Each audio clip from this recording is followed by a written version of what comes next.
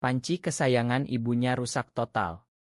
Dengan suara yang menggelegar memenuhi seluruh rumah mewah di kawasan Menteng, Jakarta, Pak Budi, miliarder sukses berusia 42 tahun, langsung memarahi Andi yang berdiri diam di depan kompor dapur modern. "Kamu ini pengasuh atau penghancur barang, hah?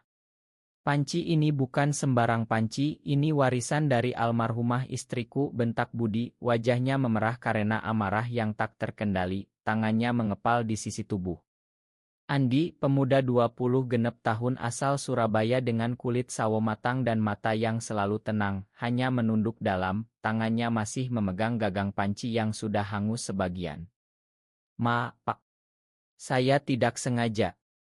Tadi Rian demam tinggi, saya buru-buru masak bubur untuk dia," jawab Andi pelan, suaranya hampir hilang di antara deru ruangan. Ibu Budi yang sedang berkunjung dari Bogor, menggelengkan kepala sambil memeluk cucunya yang berusia 10 tahun. "Sudah kubilang Budi cari pengasuh perempuan saja.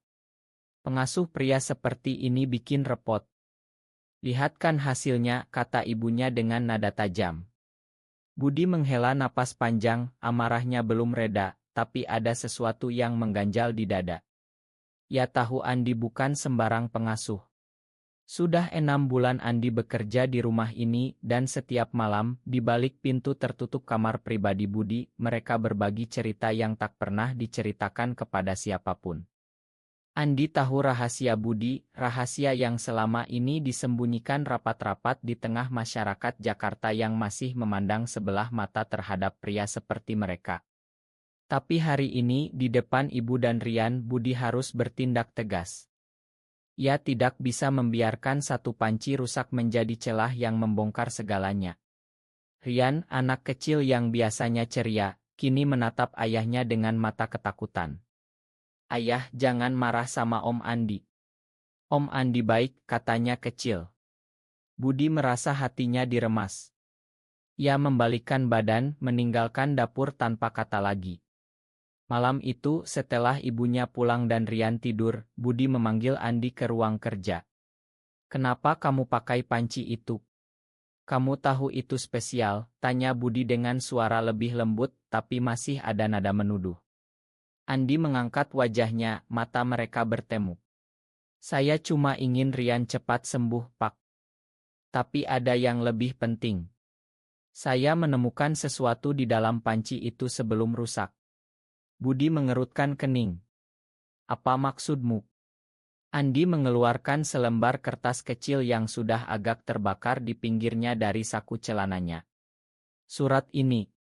Surat dari orang yang Anda cintai dulu. Saya tidak sengaja melihatnya saat membersihkan panci. Saya hanya ingin melindunginya dari ibu." Budi merasa dunia berhenti berputar. Surat itu, yang ia kira sudah hilang bertahun-tahun lalu, berisi pengakuan cinta kepada seorang pria yang pernah menjadi segalanya baginya sebelum ia menikah demi keluarga. Amarahnya lenyap seketika, digantikan oleh keheningan yang dalam. Ia terpaku, tidak mampu berkata apa-apa. Andi melanjutkan dengan suara pelan, "Saya tahu, Pak. Saya tahu siapa Anda sebenarnya. Dan saya juga sama." Malam itu untuk pertama kalinya dalam hidupnya, Budi merasa tidak sendirian lagi. Tapi ia juga tahu pengakuan ini baru permulaan dari badai yang akan datang. Keesokan paginya, sinar matahari Jakarta menyusup lewat jendela besar rumah Budi, tapi suasana di meja sarapan terasa berat. Rian makan bubur dengan lahap, berkat Andi yang bangun pagi-pagi sekali untuk memasak lagi dengan panci biasa. Budi duduk di ujung meja, matanya sesekali melirik Andi yang sibuk membersihkan dapur. Pengakuan semalam masih bergema di kepalanya. Andi bukan hanya pengasuh yang baik untuk Rian. Andi adalah pria yang memahami luka Budi lebih dalam daripada siapapun. Mereka bertemu pertama kali di sebuah kai kecil di kawasan Kemang, tempat pertemuan rahasia bagi pria-pria seperti mereka di Jakarta. Andi datang dari keluarga desa di Jawa Timur yang sangat taat agama. Orang tuanya sudah menjodohkan dia dengan tetangga sejak lama, tapi Andi selalu menolak dengan alasan dia belum siap. Ia pindah ke Jakarta mencari kerja, dan ketika melihat iklan lowongan pengasuh pria untuk anak tunggal miliarder, ia melamar tanpa ragu. Bukan karena gaji besar, tapi karena oto budi di proyek itu membuat hatinya berdegup kencang. Sekarang setelah 6 bulan penuh rahasia, Andi tahu ia telah jatuh cinta.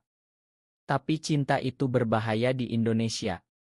Pak, ibu telepon tadi pagi. Beliau bilang mau datang lagi akhir pekan ini dengan Tante Sinta, kata Andi sambil menuang kopi untuk Budi. Budi mengangguk pelan.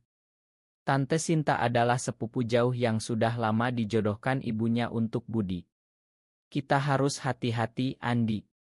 Kemarin hampir ketahuan. Andi tersenyum tipis, tapi matanya menunjukkan kekhawatiran. Siang harinya, saat Rian tidur siang, mereka berdua duduk di teras belakang menghadap taman hijau. Budi bercerita tentang masa lalunya. Dulu sebelum menikah, ia punya kekasih pria bernama Rea. Mereka bertemu di kampus, saling mencintai diam-diam, tapi tekanan keluarga membuat Budi menikah dengan ibu Rian. Rea meninggal karena kecelakaan 2 tahun kemudian, dan Budi menyimpan surat terakhir Rea di dalam panci kesayangan istrinya sebagai kenangan. Saya pikir itu tempat aman, kata Budi pelan. Andi mendengarkan tanpa menyela. Saya mengerti, Pak. Saya juga pernah merasa seperti itu. Di desa, kalau ketahuan, saya bisa diusir. Tapi di sini, bersama Anda, saya merasa hidup. Budi meraih tangan Andi sebentar, lalu melepaskan lagi saat mendengar suara pembantu di dapur. Malam itu, saat hujan deras mengguyur Jakarta, Andi menerima telepon dari adiknya di Surabaya. Kak, pulanglah. Ibu sakit dan terus tanya kapan kakak nikah. Andi menutup telepon dengan tangan gemetar. Ia menatap Budi yang sedang bekerja di laptop. Bagaimana kalau suatu hari saya harus pergi, Pak? Budi tidak menjawab, tapi hatinya tahu ia tidak ingin Andi pergi. Perasaan itu semakin kuat, tapi juga semakin menakutkan. 2 minggu berlalu, dan tekanan mulai meningkat. Ibu Budi datang lagi bersama Tante Sinta, membawa kue dan rencana perjodohan yang sudah matang. Budi, Rian butuh ibu. Kamu tidak bisa selamanya bergantung pada pengasuh pria itu, kata ibunya di ruang tamu sambil melirik Andi yang sedang bermain dengan Rian di halaman. Budi merasa dadanya sesak. Sinta tersenyum manis, tapi Budi tahu itu hanya topeng. Di kantor, rekan bisnis Budi, Pak Hadi, mulai curiga. Kamu terlalu dekat dengan pengasuh itu, Budi. Orang mulai bergosip. Kamu miliarder, harus jaga image. Budi hanya tertawa dingin, tapi malamnya ia cerita kepada Andi. Mereka tidak tahu apa-apa, tapi sudah menghakimi. Andi mengangguk. Di Indonesia ini, Pak, orang seperti kita selalu harus bersembunyi. Tapi saya lelah bersembunyi. Mereka berpelukan singkat di kamar Budi hanya untuk menenangkan hati. Tapi pagi berikutnya, bencana kecil terjadi lagi. Rian pulang sekolah dengan luka kecil di lutut karena jatuh di lapangan. Andi langsung merawatnya, tapi ibu Budi yang kebetulan ada di rumah melihat dan marah. Lihat kan. Pengasuh pria tidak becus. Bentakan itu membuat Andi diam, tapi Budi tahu Andi sudah melakukan segalanya dengan baik. Malam itu Andi duduk di kamar kecilnya, menangis sendirian. Budi masuk pelan. Jangan dengarkan mereka. Kamu adalah yang terbaik untuk Rian dan untuk aku. Andi mengangkat wajah. Saya cinta sama Bapak. Bukan karena pekerjaan ini. Tapi karena Bapak adalah orang pertama yang melihat saya apa adanya. Budi terpaku lagi. Kata-kata itu seperti obat dan racun sekaligus. Ia tahu ia juga mencintai Andi, tapi mengakuinya berarti melawan seluruh dunia di sekitarnya. Besoknya, sebuah pesan anonim masuk ke ponsel Budi. Saya tahu rahasiamu dengan pengasuhmu. Hati-hati. Budi merasa dunia runtuh. Siapa yang tahu? Apakah ini akhir dari segalanya? Krisis datang lebih cepat dari yang dibayangkan. Pak Hadi, rekan bisnis itu, ternyata yang mengirim pesan. Ia melihat Andi dan Budi berbicara terlalu dekat di sebuah acara perusahaan. Budi, kalau ini bocor ke media, bisnis kita hancur. Kamu harus pecat dia, ancam Hadi di telepon. Budi menolak keras, tapi tekanan dari ibu semakin kuat. Kamu harus nikah dengan Sinta, demi Rian, teriak ibunya suatu malam. Andi mendengar semuanya dari dapur. Ia merasa hatinya hancur. Malam itu Andi memutuskan untuk pergi. Ia menulis surat untuk Budi. Pak, saya tidak mau menjadi beban. Saya pulang ke Surabaya. Rian sudah sehat dan Bapak pantas hidup tenang. Andi meninggalkan rumah sebelum subuh, meninggalkan panci baru yang ia beli dengan uang tabungannya sebagai pengganti. Budi terbangun dan menemukan surat itu. Ia terdiam lama di kamar, tangannya gemetar. Rian menangis seharian mencari Om Andi. Budi merasa kehilangan bukan hanya pengasuh, tapi separuh jiwanya. Ia mencoba menghubungi Andi, tapi nomornya sudah tidak aktif. Di kantor, bisnis mulai goyah karena gosip mulai menyebar pelan. Ibu Budi datang dan berkata, akhirnya kamu sadar. Pengasuh pria itu memang masalah. Budi tidak menjawab. Ia pergi ke kamar Andi yang kosong, duduk di tepi tempat tidur, dan menangis untuk pertama kalinya setelah bertahun-tahun. Andi, aku bodoh. Aku mencintaimu. Perjalanan ke Surabaya terasa panjang. Budi meninggalkan segalanya, bisnis, keluarga, untuk mencari Andi di desa kecilnya. Di sana, ia melihat Andi sedang membantu orang tuanya di sawah, wajahnya lelah tapi tegar. Andi, panggil Budi pelan. Andi berbalik, terkejut. Pak, kenapa Bapak di sini? Budi mendekat.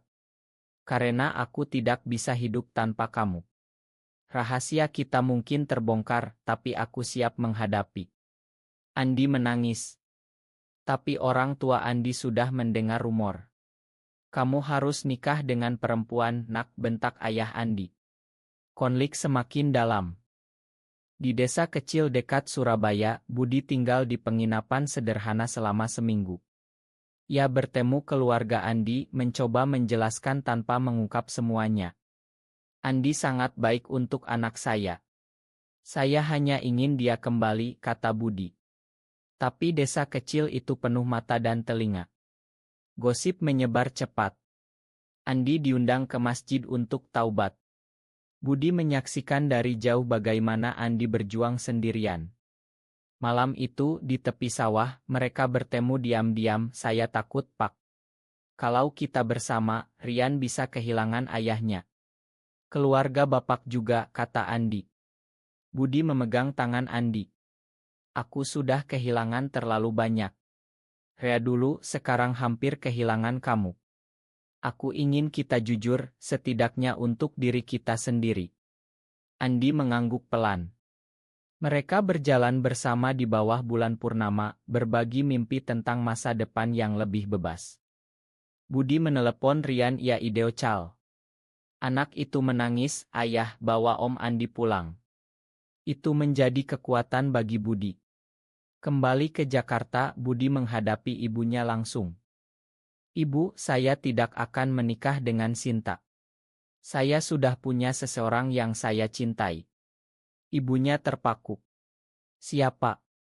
Pengasuh itu. Budi mengangguk. Ya. Dan dia pria. Saya pria yang mencintai pria, Ibu. Ruangan menjadi sunyi. Ibu Budi menangis, tapi Budi tetap tegar. Di kantor, ia kehilangan beberapa mitra bisnis, tapi ada yang tetap setia. Andi akhirnya kembali ke Jakarta, bukan sebagai pengasuh, tapi sebagai pasangan yang setara. Mereka pindah ke rumah kecil di pinggiran jauh dari sorotan. Rian bahagia, meski masih kecil dan belum mengerti semuanya. Perjalanan ini mengajarkan Budi bahwa keberanian bukan berarti tidak takut, tapi tetap melangkah meski takut. Tahun berganti dan kehidupan Budi serta Andi mulai menemukan keseimbangan baru. Mereka membuka usaha kecil-kecilan di Bali, jauh dari hiruk-pikuk Jakarta. Rian tumbuh besar, belajar menerima ayahnya apa adanya. Ibu Budi pelan-pelan mulai memahami, meski tidak sepenuhnya setuju. Asal kamu bahagia, nak, katanya suatu hari saat berkunjung ke Bali. Andi dan Budi duduk di pantai saat matahari terbenam, tangan mereka saling genggam. Terima kasih sudah bertahan, Pak, kata Andi pelan. Budi tersenyum. Kamu yang membuatku berani, Andi. Satu panci rusak membawa kita ke sini. Mereka tertawa pelan, mengenang awal mula yang penuh drama. Tapi di balik kebahagiaan itu masih ada tantangan. Masyarakat Indonesia belum sepenuhnya terbuka, dan mereka harus tetap hati-hati. Namun, mereka belajar bahwa cinta sejati bukan tentang kesempurnaan, tapi tentang pilihan setiap hari untuk saling mendukung. Rian suatu hari bertanya, "Ayah, kenapa Om Andi selalu di sini?" Budi menjawab dengan jujur, "Karena kami saling mencintai, nak. Seperti ayah dan ibu dulu, tapi beda." Rian mengangguk, masih kecil tapi sudah belajar menerima. Di akhir perjalanan ini, Budi menyadari bahwa pengakuan semalam di dapur, saat ia terpaku mendengar kata-kata Andi, adalah tik balik hidupnya. Ia tidak lagi bersembunyi. Ia hidup. Apakah mencintai sesama jenis selalu harus mengorbankan segalanya demi keluarga dan masyarakat, atau justru keberanian untuk jujur adalah satu-satunya jalan menuju kebahagiaan sejati? Benarkah atau salah?